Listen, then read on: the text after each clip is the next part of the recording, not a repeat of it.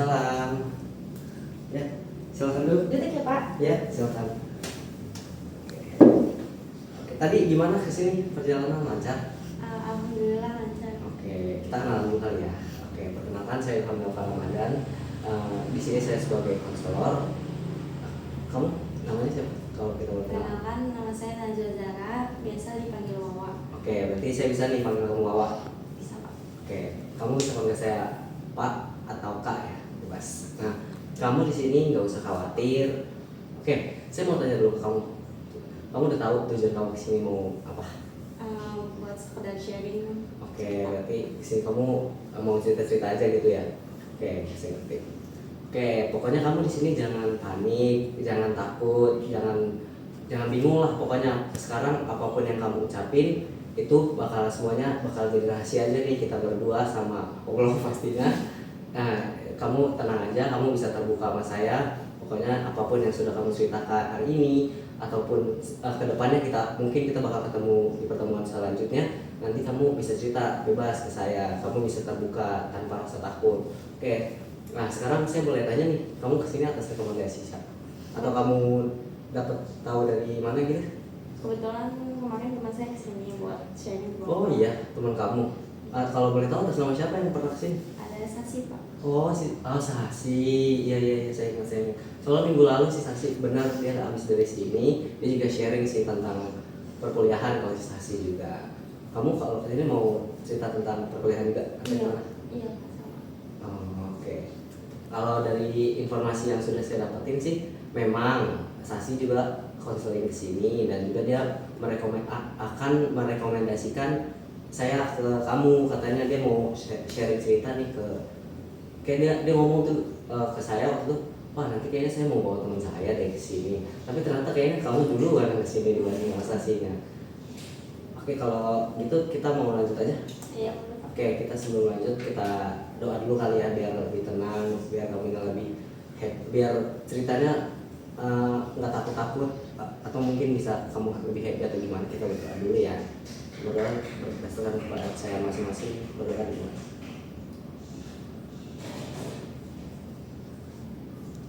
Oke, berdoa selesai. Oke, gimana?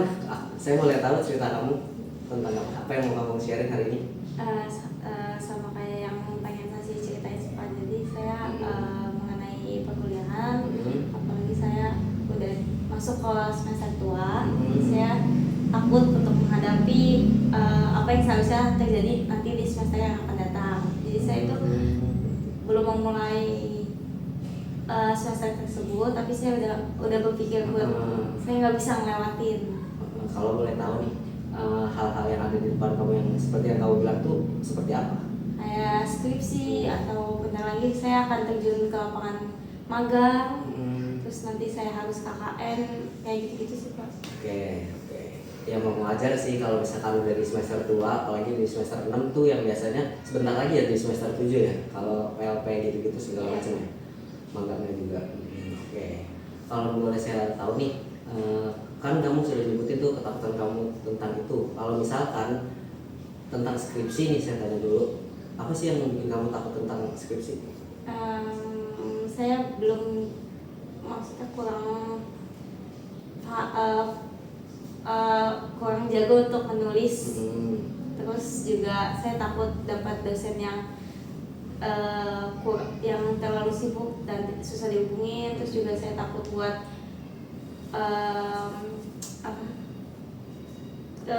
tertinggal dari teman-teman saya. Oke, saya paham. Ya, itu juga termasuk hal yang wajar sih yang dialami mahasiswa di semester akhir.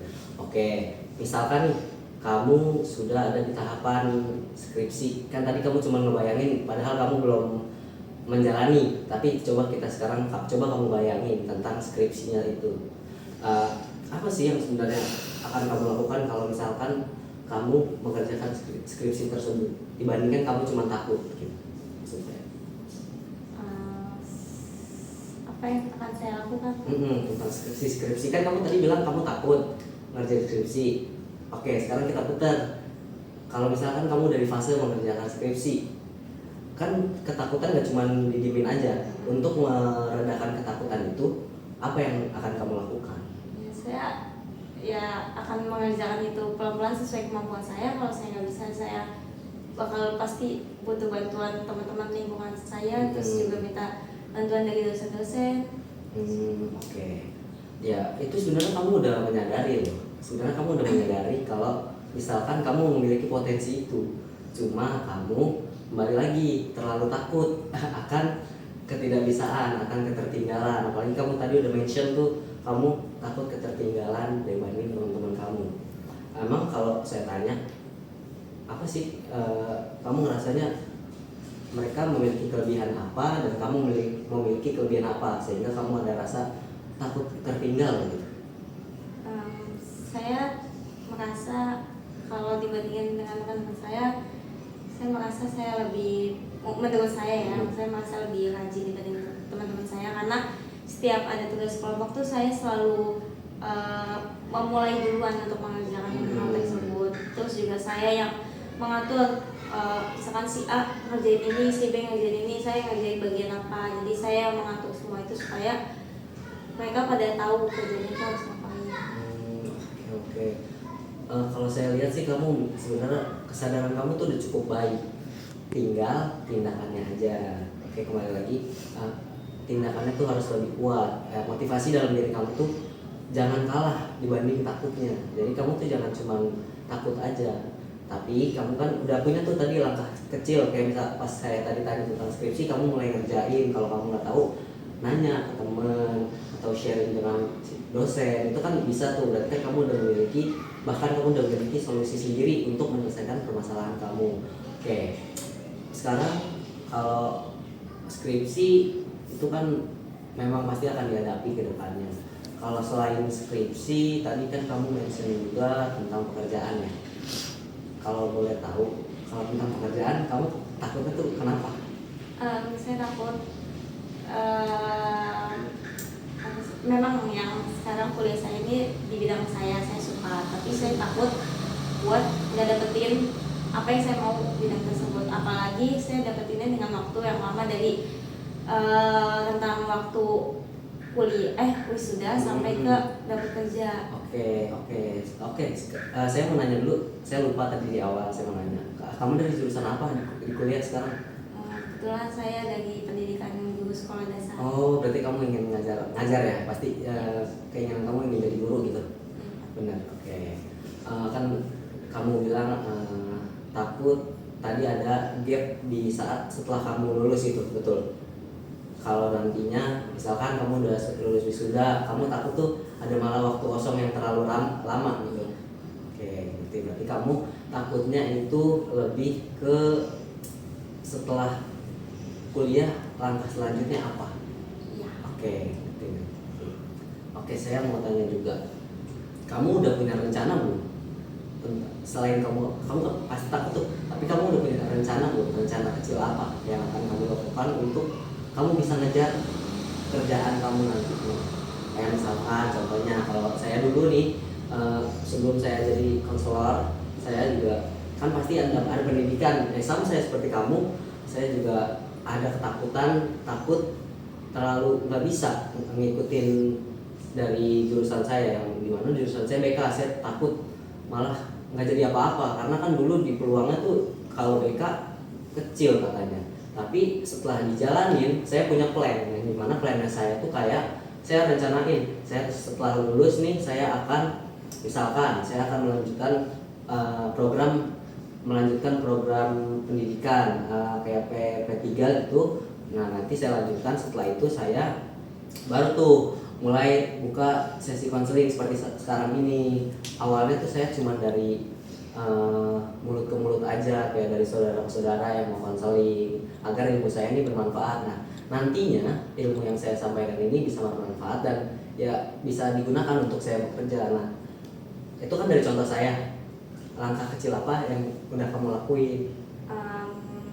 Saya udah membuat planning, dimana setelah lulus kuliah nanti, kan zaman sekarang mungkin ada yang namanya sertifikasi ya Pak, gitu. Nah, dimana guru itu membutuhkan kompetensi yang sesuai dengan bidangnya. Nah, karena saya dari bidang pendidikan, saya mungkin akan mengikuti kuliah lagi, itu namanya PPG. PPG. Kalau boleh tahu PPG itu apa?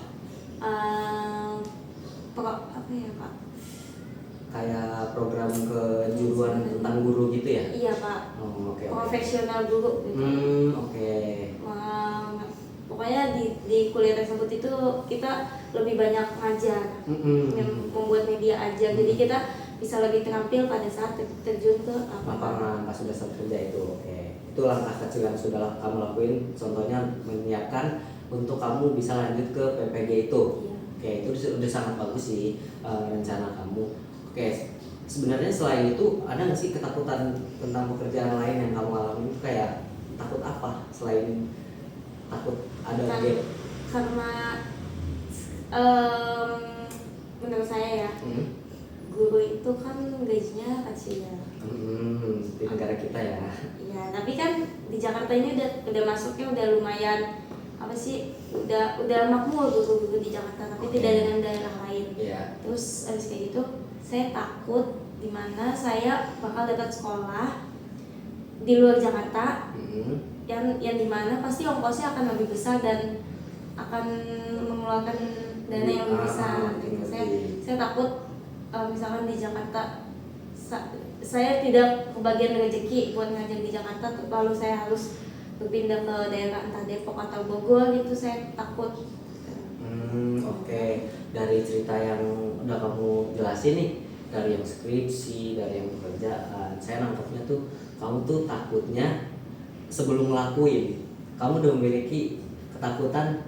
Kayak yang skripsi tadi kamu belum ngerjain, tapi kamu udah takut duluan. Terus kerja juga kamu belum sampai ke tahapan kerja, ya memang bagusnya dipersiapkan lebih dulu.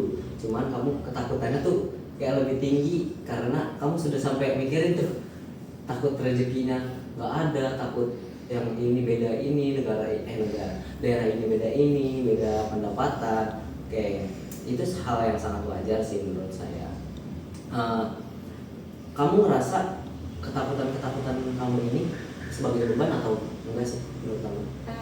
Sedikit mengganggu pikiran.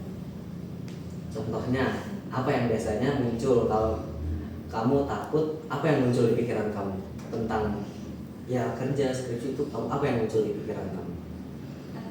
Nggak bisa ngelakuin itu. Oke, kamu intinya kamu takut salah melangkah. Oke, salah melangkah. Sebenarnya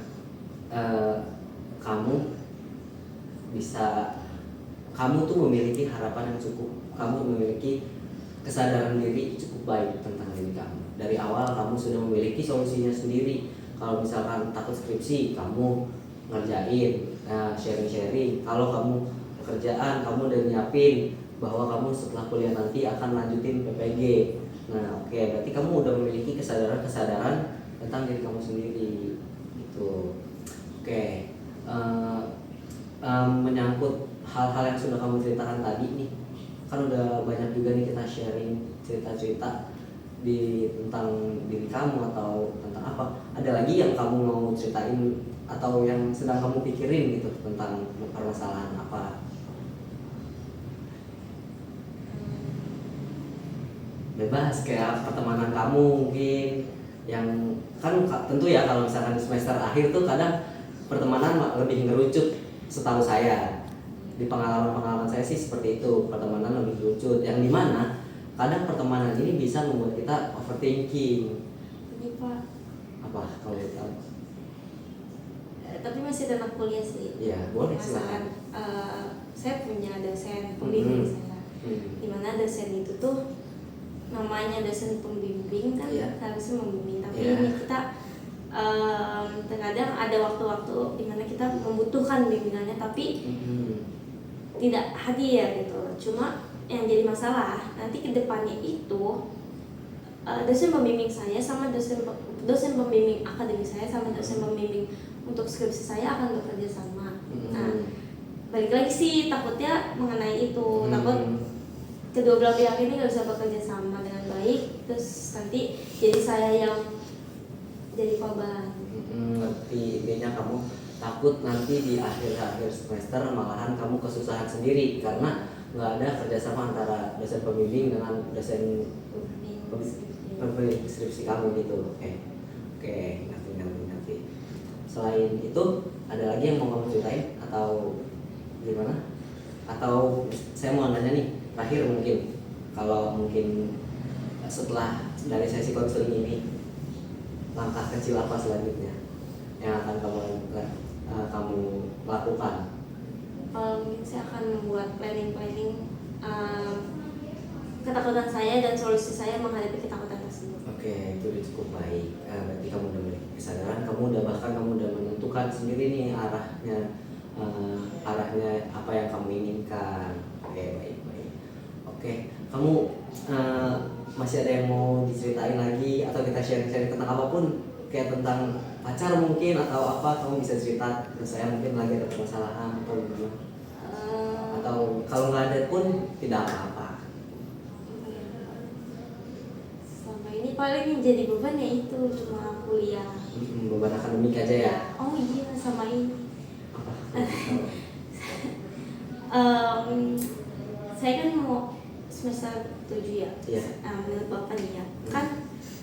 Kan saya ada yang namanya PLP, ada yang namanya KKN, itu tuh mengeluarkan banyak biaya. Oke. Saya balik lagi nih takut. Oke, saya merasa nggak enak sama kedua orang tua saya. Nah, menurut Bapak gimana? Ngerasa nggak enak, takut menyusahkan orang tua seperti itu. Oke, itu ya hal yang cukup sensitif sebenarnya kalau ngomongin biaya. Tapi kembali lagi, apapun yang ingin kamu lakukan, kamu lakuin aja. Jangan kamu pikirin yang belum terjadi. Apalagi kayak misalkan kamu mikirin takut nyusahin orang tua, yang pasti nggak ada orang tua yang mikir anak saya nih nyusahin saya. Nggak mungkin orang tua mikir kayak gitu. Pastinya orang tua tuh sudah menyiapkan tentang biaya kuliah, biaya hidup anaknya. Orang tua tuh udah pasti menyiapkan. Memang nggak bisa dipukul rata semua orang tua seperti itu. Tetapi kalau misalkan kamu dipikirin aja takutnya nyusahin, yang ada kamu cuma jadi beban pikiran kamu doang, tapi nggak menyelesaikan permasalahan kamu. Justru malah menambah beban pikiran kamu, yang jadinya kamu malah overthinking, kamu stres sendiri. Apalagi kamu tadi udah cerita tuh, stres akademik kamu aja udah membuat kamu udah cukup pusing dengan menjalani hari-hari kamu. Apalagi kalau misalkan kamu mikirin apa yang misalkan dilakukan orang tua, yang dimana itu kan di luar kehendak kita. Jadi menurut saya, lakuin apa yang bisa kita lakuin apa yang bisa kita kehendakin. Yang di luar kita, ya biarkan semuanya tetap berjalan setiap porsinya aja, sesuai porsinya masing-masing. Jadi kamu gak usah mikirin, bukan yang gak usah mikirin sih, tetap mikirin, tapi kamu tetap harus ngasih solusi untuk diri kamu. Kayak misalkan kamu kan tadi bilangnya kamu takut nyulitin orang tua tentang biaya. Ya udah, kalau kamu misalkan kamu rasanya kamu takutnya nyulitin, nanti kamu usaha aja yang lebih keras. Kamu hilangin tuh ketakutan kamu tentang itu. Ya misalkan kamu masih nantinya, pasti saya yakin juga, apalagi kamu udah memiliki kesadaran diri yang cukup tinggi, nanti kamu pasti akan bisa membalas orang tua kamu di nantinya setelah di dunia pekerjaan. Apalagi kamu ini udah memiliki kesadaran yang tinggi tentang apa harapan kamu, apa yang ingin kamu jalankan. Itu menurut saya kamu sih akan bisa sih untuk menjalani itu. Apakah ada solusi dari Bapak supaya saya nggak gampang takut, kepikiran, overthinking, padahal hal tersebut belum terjadi dan nggak sesuai pemikiran saya, Pak, kejadian yang mungkin. Iya sih, kalau dari pengalaman saya, kalau misalkan di solusinya untuk apa tadi, kalau biar nggak gampang overthinking, ya udah, ibaratnya gampangnya kayak gini. Kayak misalkan kita besok mau pergi nih, kita nggak usah pikirin besoknya, tapi kita pikirin hari ini dulu, bagaimana kita nyelesain hari ini agar kita besok bisa ngelakuin yang di hari esok. Jadi kayak kamu kan tadi ketakutannya nyusahin orang tua. Kita kembali ke contoh kamu ya. Kamu kan tadi takut nyusahin orang tua. Ya udah, berarti kamu lakuin aja porsinya kamu. Yang dimana kamu itu lakuin yang kamu bisa, kamu kerja keras, kamu kuliah yang benar, kamu siapin apapun yang bisa kamu siapin untuk nantinya sebagai bekal kamu di masa depan. Kalau dari saya sih seperti itu. Kasih pasangan. Oke. Kamu masih ada yang ingin diceritain atau gimana perasaannya? Saya sedikit lebih lega dari sebelumnya. Terus mungkin itu aja yang saya ceritakan ke bawah. Oke. Berarti cerita untuk hari ini udah selesai ya? Oke, nanti kalau misalkan kamu mau ketemu saya lagi, bisa kesini lagi atau mungkin bisa bareng sama Sasi kesininya, bareng-bareng kita sharing-sharing cerita. Kamu pokoknya bukan saran, saya nggak mau ngasih saran juga. Saya ngerasanya kamu udah cukup baik tentang diri kamu sendiri, kamu udah memiliki kesadaran tentang apa yang kamu ingin lakukan. Intinya kamu jangan lebihin rasa takut kamu dibandingin tindakan kamu. Jadi kamu lakuin aja dulu. Kalau kata saya sih, kalau misalkan kamu nggak bisa mengalahkan rasa takut, kamu lakuin aja meskipun kamu lagi ngerasain takut kayak gitu. Oke, kamu udah hebat. Nah, Wawa, kamu udah cerita, kamu udah berani cerita hal-hal yang seperti itu, kamu udah hebat. Kamu udah cukup hebat lah. Pokoknya kamu udah berani kesini. Dari cara kamu hari ini memutuskan untuk datang kesini aja itu udah sebuah keputusan yang hebat untuk kamu. Apalagi kamu sampai sharing tentang keluarga, tentang diri kamu sendiri. Nah, kalau misalkan hari ini udah selesai, oke. Kalau mungkin kamu juga udah capek mungkin cerita, mungkin tadi habis kegiatan di luar, kamu juga pasti capek. Kita bisa akhiri sampai di sini. Terima kasih ya Najwa atau Wawa sudah cerita. Saya lupa panggil Wawa aja lah ya, biar enak. Udah bercerita, udah sharing-sharing hari ini. Nanti kita ketemu lagi. Oke, terima kasih. Terima kasih ya. Hati-hati ya di jalan.